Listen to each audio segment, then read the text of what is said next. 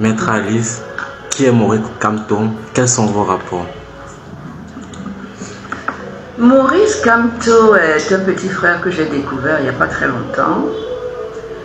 Et je l'ai découvert justement à l'occasion de la dernière élection présidentielle. Parce que je suivais la campagne des candidats. Et j'ai suivi sa campagne de A à Z. Je l'ai vu, je l'ai écouté. Parce que moi j'écoute toujours tous les candidats et leur programme, et je les vois comment ils se comportent sur le terrain avant de me faire une opinion qui va me conduire à mettre mon bulletin de vote dans l'urne. Je ne fais pas ça au hasard. Je fais ça sur des critères très objectifs, sur ce que j'ai vu de la personne, entendu et tout. Une chose est sûre, c'est que Cabral Libye a fait une magnifique campagne aussi. Il faut dire les choses. On le découvrait aussi et on était émerveillés par ce jeune homme qui d'abord parlait bien, etc. Et le professeur Kamto, il ne faut pas oublier que c'est mon confrère. Il est avocat, tout en étant aussi professeur. Et franchement, en face, je n'ai jamais vu le président Biya à cette occasion-là faire une campagne quelconque. Et ça, j'ai estimé que s'il y a un des candidats qui nous respecte, c'est celui qui est sur le terrain, qui va à la rencontre de ceux à qui il va demander le vote. Et c'est le seul à qui on peut donner nos votes, puisqu'on le connaît, il est venu vers nous, il nous a expliqué, etc. On adhère ou on n'adhère pas.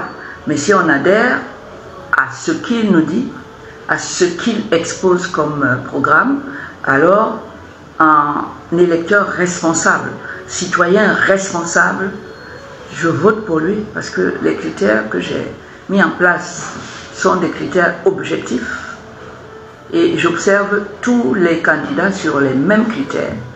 Et à ce moment-là, je choisis celui qui a fait le meilleur, la meilleure offre pour gérer notre pays commun. C'est exactement comme ça que j'ai connu M. Kamto. J'avoue que j'ai voté pour lui à cette époque-là, la fois dernière. J'ai voté pour lui, je l'ai dit, je l'ai fait savoir. Et je crois que même les biaïstes ont compris que c'était un candidat sérieux, dangereux. C'est pour ça qu'après ces élections-là, où les résultats ont été contestés, on lui a fait des misères incroyables pour casser son électorat. Et ça, je n'aime pas ce genre de méthode-là. Surtout si c'est vous qui êtes au pouvoir. Vous n'avez pas à profiter de votre position de pouvoir pour mater les autres avec lesquels vous devez être à un moment donné sur un même pied d'égalité et concourir avec les mêmes sujets, les mêmes temps pour composer et le même jury pour vous départager. C'est comme ça que je conçois une élection, comme un examen à l'école. Moi, je n'ai jamais fraudé à un examen. J'ai toujours préparé mes examens en fonction du programme qu'on nous a donné et je suis allé m'exposer devant les jurys ou les correcteurs à partir de ce que j'ai dit par rapport au sujet. C'est comme je veux les élections chez nous. Et je pense que ça n'a pas été le cas la dernière fois pour le père Kamto. Il y a eu des fraudes.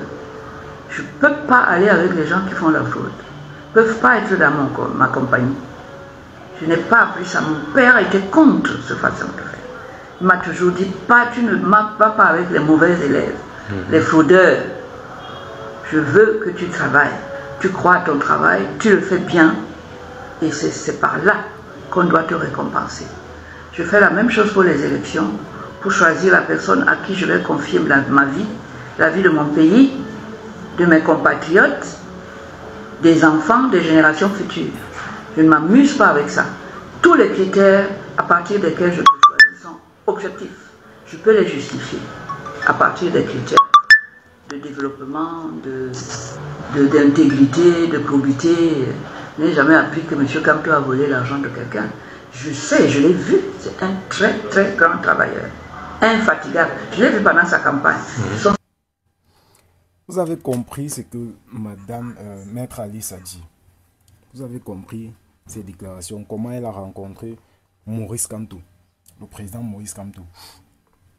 Alors, je sais même lancer, je vais vous dire ce que moi je pense. C'est que la campagne électorale et les élections présidentielles, c'est quoi?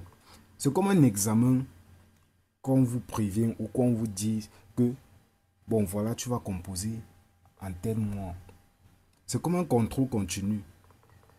Quand on te dit, on t'annonce que bon, tu as un contrôle continu en tel mois. Et tout ce que tu as fait en étant un étudiant, c'est quoi? C'est de te préparer. C'est de lire, de réviser en fait.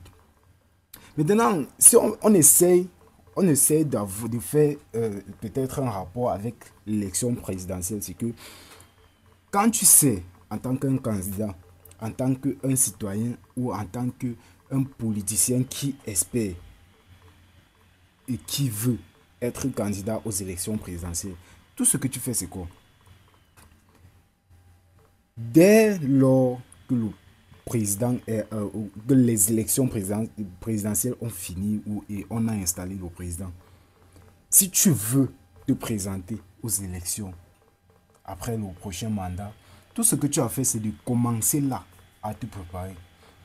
Et les préparations, c'est quoi? Même étant un président qui est déjà au pouvoir, même étant un président qui est déjà au pouvoir et que tu veux redéposer ta candidature après ton mandat, tout ce que tu as fait, c'est de faire quoi? De savoir au moins ce qu'il faut faire. C'est la même chose comme un contrôle continu. C'est que tu as peut-être tes supports, tu essaies de connaître, tu essaies de réviser pour enfin faire quoi? Pour enfin savoir ce qu'il faut donner au professeur. Mais dans ce cas, c'est quoi? Quand, en étant un candidat, tu révises, tu essaies de connaître les besoins des citoyens camerounais, tu essaies de réviser, de savoir ce que la population en a besoin. Et c'est de ça qu'il s'agit. Donc, en tant que candidat, tu dois faire quoi? Comme Maurice Kamto a fait. Il a su capter l'attention de Maître Alice Com. Il a su capter l'attention. C'est-à-dire, il savait comment s'y prendre pour convaincre les gens. Je ne sais pas si vous comprenez ce que je dis. Il savait comment faire pour enfin capter les gens vers lui. Vous comprenez un peu? Étant un candidat et un opposant stratège, tout ce qu'il faut faire, c'est de savoir déjà, de un, ce que les citoyens camerounais en ont besoin, ce qu'ils veulent comme changement, déjà pour commencer. Et tout ce qu'il veut, c'est un homme expérimenté, un homme qui connaît parce qu'il a vécu, un homme qui connaît parce qu'il l'a vu, pas un homme qui connaît parce qu'on lui a dit. Vous comprenez un peu la différence? Le régime en place, des fois on a même l'impression que le président en place ne connaît pas ce qu'on vit. Il n'est même pas au courant de ce qu'on vit. La preuve, son discours du 31 décembre, il donnait totalement un truc contraire à ce que nous vivons et à ce qu'on espérait entendre. Vous comprenez un peu? Ce qui fait que quoi? On se dit que lui, il n'est même pas au courant de ce que les Camerounais vivent. Il ne connaît même pas ce qui se passe dans son propre pays. Vous comprenez un peu? Or, quelqu'un comme Maurice Kamto, il te dit, il te parle en fonction de ce qu'il a vu, en fonction de ce qu'il a vécu. Maintenant, on se pose des questions. Comment les ministres du pays là voyagent même? Ils voyagent, c'est pas les airs ou bien. Même quand ils sont peut-être à Yaoundé, là-bas, ils veulent quitter d'un quartier à un autre quartier, c'est pas les airs. Parce qu'on a l'impression que quand ils tiennent les discours, c'est comme si tout marchait parfaitement au Cameroun. C'est comme si tout marchait parfaitement au Cameroun. Ils ne sont même pas un peu au courant des états des routes. Ils ne sont pas au courant de ça. Tu marches, après peut-être 200 mètres, une poubelle. Après 100 mètres, une poubelle. Tout ça, on se dit que peut-être eux, ils ne sont pas au courant de ça. Or, quelqu'un comme Maurice Kamto, il te parle, il te dit que moi, j'ai vécu ça. J'ai vu ça. Et tu sens que non, là c'est quelqu'un, c'est un homme de terreur. C'est un homme que si on prend et si on décide de choisir Maurice Kamto comme un président de la République, il saura au moins ce que, même s'il ne fait pas, il saura au moins ce que, voici ce que les Camerounais sont en train de vivre. Voici ce que le Camerounais, il a soulevé un problème concernant le pétrole ou le carburant super au Cameroun. On vend le litre, aujourd'hui c'est à 840 francs, je crois, un truc comme ça. Et les gens qui achètent en gros, le prix du litre c'est 300, je crois, 335 francs, un truc comme ça. Donc, il double en fait. Pour revendre, il double le prix. Et avec les prix des dépenses comme le transport et autres, les taxes et tout et tout. Donc, c'est nous en fait les consommateurs qui payons tout ça. Or, ils ont déjà retiré en fait leur capital. Ils ont mis de côté qui est 300, peut-être à 335 francs. Et le reste maintenant, qui est à plus de 500 francs. Qui a plus de 500 francs, qui couvre leurs bénéfices, qui couvre les frais de transport, qui couvre les dépenses peut-être sur les taxes et tout et autres, les impôts, tout ça. C'est nous en fait les consommateurs qui payons tout ça. Maintenant, quelqu'un comme Maurice Kamto, il est au courant de tout ça. Il sait que voilà ce qui se passe. Posez la question au président Paul Biya. Posez-lui la question.